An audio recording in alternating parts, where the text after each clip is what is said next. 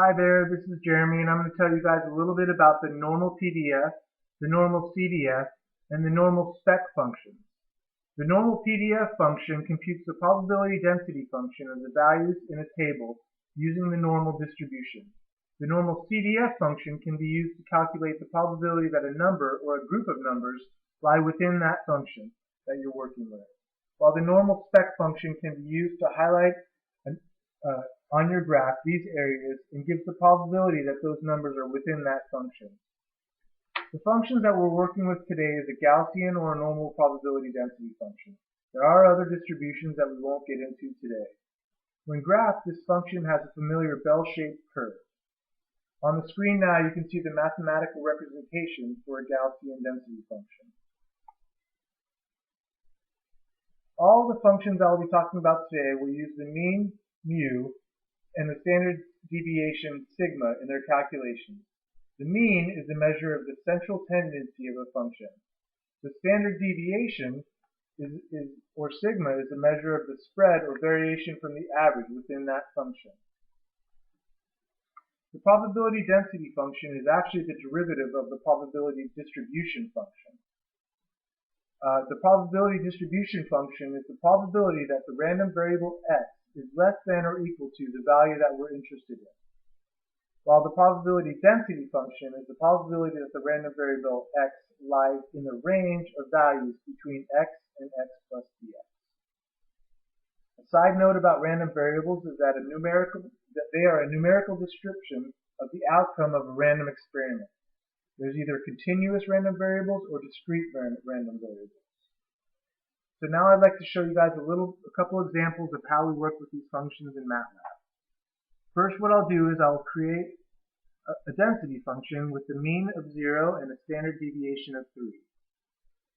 So this is my code here, the first code that I have for creating this function.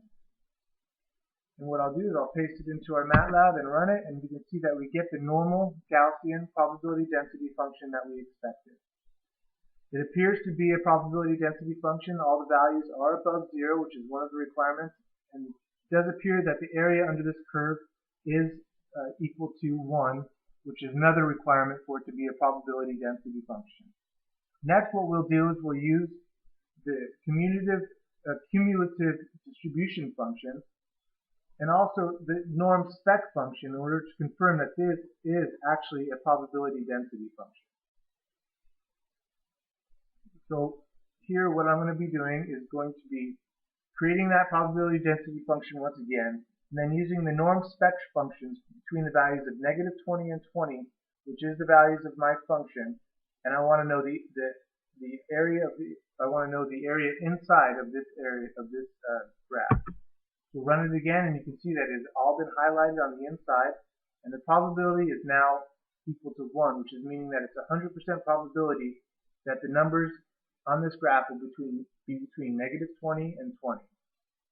So now let's try to confirm this using the norm CDF function.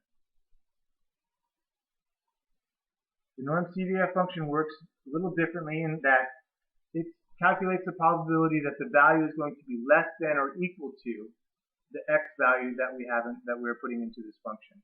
So in this case, once again, I'm creating our normal PDF function, and I'm going to want to know what the values are from to the left of -20 and to the left of 20. So that should tell me that it's also a 1. And what it does is it says that the chances that the values are less than 20 is going to be 100%, while the chances that the values are less than -20 is actually 0%. So let's see if we can find out what the probability of a number less than -3 is in this probability density function that we've created. So I'm using the norm spec function once again, and we're going to see what kind of a graph we get here. And once again, it shows us that from -3 to -15, the probability is going to be about 16%. And it shades it for us, so we can do this between any values on this graph. So next, let's try and confirm this using the norm CDF function, just to see if we can get about the same value of 16% as this is telling us. So in this case, what I did, I want to know what to the left of negative 15 and what it is to the left of negative 3. So we get the same values of 16% probability that the number is going to be less than or equal to negative 3. Thank you for your time, and I hope you enjoyed this video.